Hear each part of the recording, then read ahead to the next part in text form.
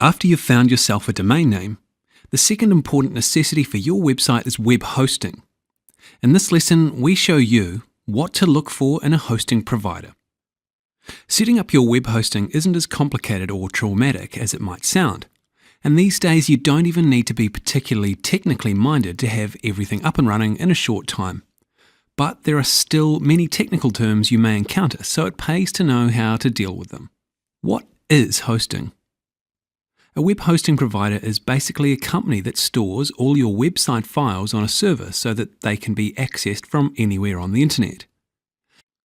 Your web host is different from your domain name. Your hosting is your storage, whereas your domain name is like a big neon sign pointing to where your site is hosted.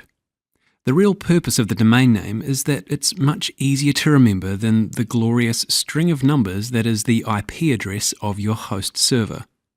Your domain is nothing without something to point to, and that's where your hosting comes in. So, do you need hosting? If you want to create a website, then yes. In order for your visitors to access your website, it has to be stored somewhere. A lot of people ask us whether they can use free web hosting services to host their sites. While there are quite a few free hosting services dotted around the internet, our opinion is that these are typically better for individuals creating their own personal sites and not really suitable for e-commerce sites or affiliate sites. Most, if not all of these free hosting services will insert advertisements, pop-ups, and other distractions. And when you're an affiliate trying to guide your visitors to click on your ads or follow your affiliate links, the last thing you want is your site plastered with ads that you have no control over and see no revenue from. So what should you look for in a host? When looking for a host, we recommend you consider several factors. Our first most important point is uptime.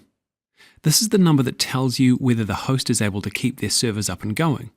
If they putter out, your website or websites will become inaccessible, which means you'll lose money because nobody's able to access your web pages. Most web hosts will advertise an uptime of 99.98% or better. This generally means the host servers have been up 99.98% of the time since the host started business. And if they don't list an uptime percentage, it's well worth asking the host's customer support or steering clear altogether. Customer support. Inevitably, you're going to hit a snag with something in your hosting, and you're going to need the help of the gurus in the help desk. What's worse is these snags tend to hit at the most inconvenient times, and that's where the helpfulness and speed of the customer support comes into consideration. If they have live chat support on their website, feel free to test it. If they provide a 24-hour phone line, don't be afraid to call up their pre-sale support to get an idea of how fast their call centres are and how well they seem to know their thing. The last thing you want is customer support that has no idea how to help you when your website goes down in the middle of the night. Domain names. This is one you need to be aware of when looking into a web host. Some web hosts will only let you assign 1 or 2 domain names to their hosting plan. Although this may not affect you when you start out, it will certainly come into consideration when you want to host your 4th or 5th site on the same plan. Space and bandwidth. For a standard affiliate site with a reasonable amount of traffic, most starter hosting plans will be more than sufficient to begin with. Once your site starts getting bigger, you'll be able to see from your statistics when you're pushing your storage or bandwidth limits. As a benchmark, the basic starter package with GoDaddy.com is 5 GB of storage space and 250 GB in transfers. We offer hosting with our Affiliarama Premium membership too, which gives you 2 GB of storage space and 75 GB in transfers, and hosting for up to 15 separate domains. Plenty to get started with. The other aspect of space to look out for is MySQL databases. Some hosts will restrict you to 2 or 3 databases, which can present an issue if you intend to use blog or forum software such as WordPress or PHP-BB, all of which require database access. What about Linux or Windows hosting? Well, this refers to the operating system of the servers that your website will be hosted on, not your own personal computer's operating system. This really has very little impact on the way your website operates, And for the vast majority of affiliates, the key deciding factor here is price. Linux hosting will always be cheaper because the operating system is, generally free, whereas Windows Server software costs thousands of dollars and hosting companies pass this on to their customers. The only real reason for having Windows hosting is if you're wanting to host an older site that uses front page extensions, or if you're particularly excited about developing your website in ASP. If you don't know what either of these are or why you'd want to use them, then you're probably better off with Linux. And what about extra features? Most, but not all, hosting providers these days provide management interfaces to control all of the aspects of your hosting from an easy-to-use web interface. Depending on your level of expertise, you may be able to cope without a full control panel, but for beginners, we recommend looking for hosts that provide cPanel or Plesk control panels as part of their feature list. Again, if you're not sure, ask sales support before you sign up. If you're tempted to a host because they provide some variety of automated website building platform or often amazingly beautiful website templates, don't be. As useful as they may seem for getting your website going, this is not an important consideration by any means. And frequently, these platforms and templates can be more of a hindrance than help. Some will tie you inextricably to the host, so that you won't be able to switch hosts without completely rebuilding your website. And what does shared and dedicated mean? Well, these terms refer to whether you have your own server or whether you share with others, and how much control you have over the server. Shared hosting means you share the server with lots of other sites. You don't have any control over the server itself. This is probably the most common form of hosting chosen by affiliates. A dedicated server gives you more control over the server.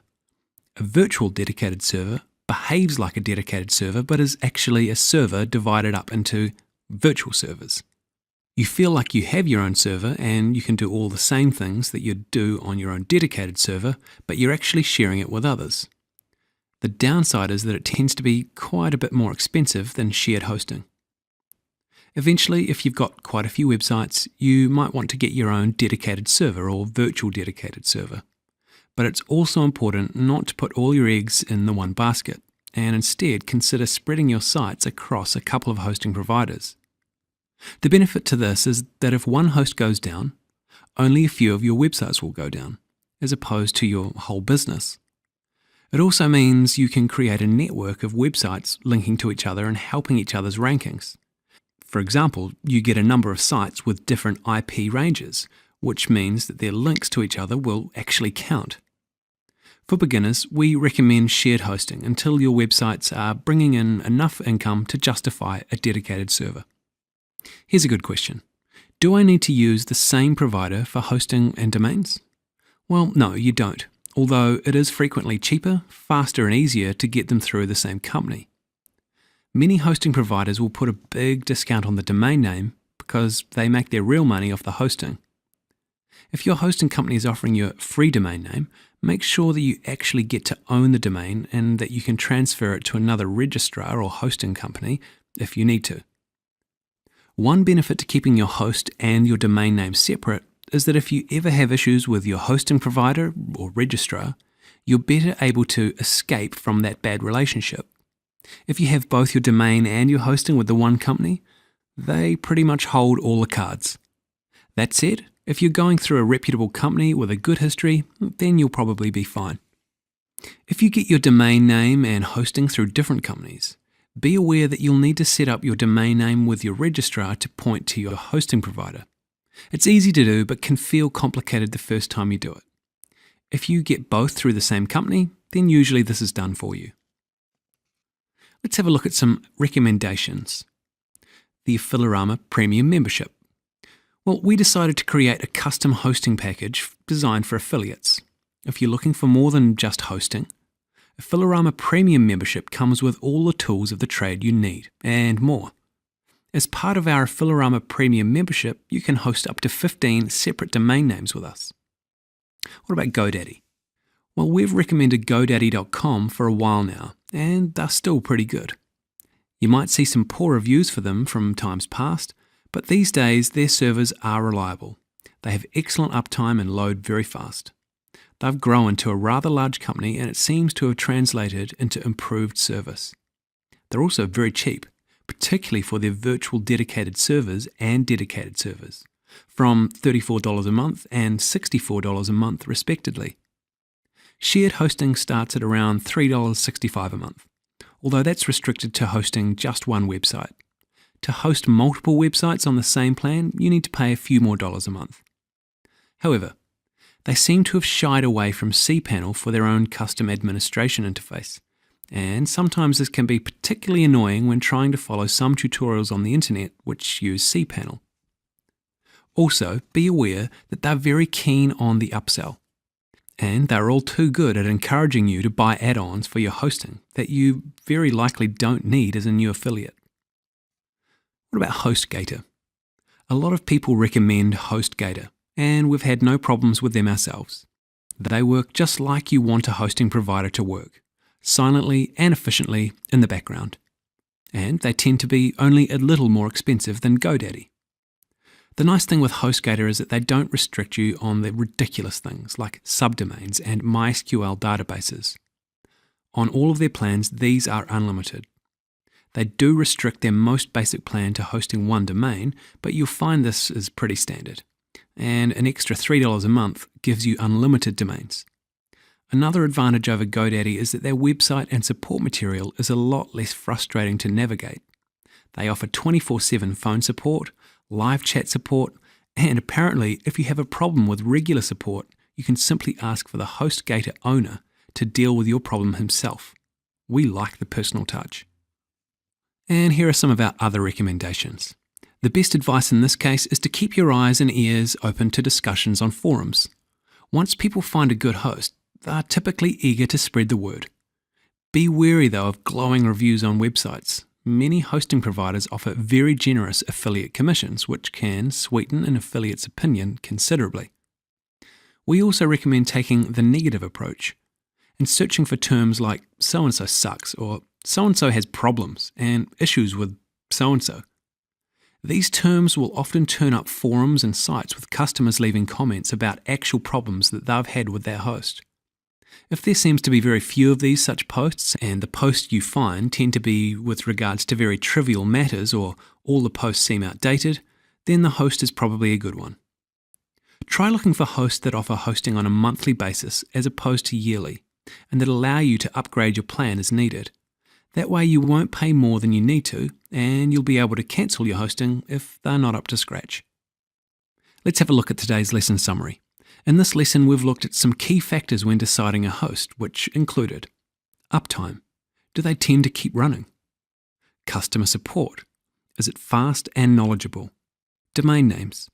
Is there a restriction on how many you can have? Space or bandwidth. Do they provide enough space and bandwidth for your needs? Linux or Windows? Well, unless you have specific needs, we recommend Linux. And extra features. Do they provide a control panel? We also took a look at a couple of recommendations for some hosting. One was us, Affiliarama Premium. For affiliates, this custom package provides you not only with hosting, but also content such as PLR articles, SEO tools, and access to our premium magazine. GoDaddy.com, a cheap and fairly big provider, and HostGator.com, not unlike GoDaddy, but with outstanding customer support. And that's all we've got time for. Thanks for watching, and we'll see you again next time. Bye for now.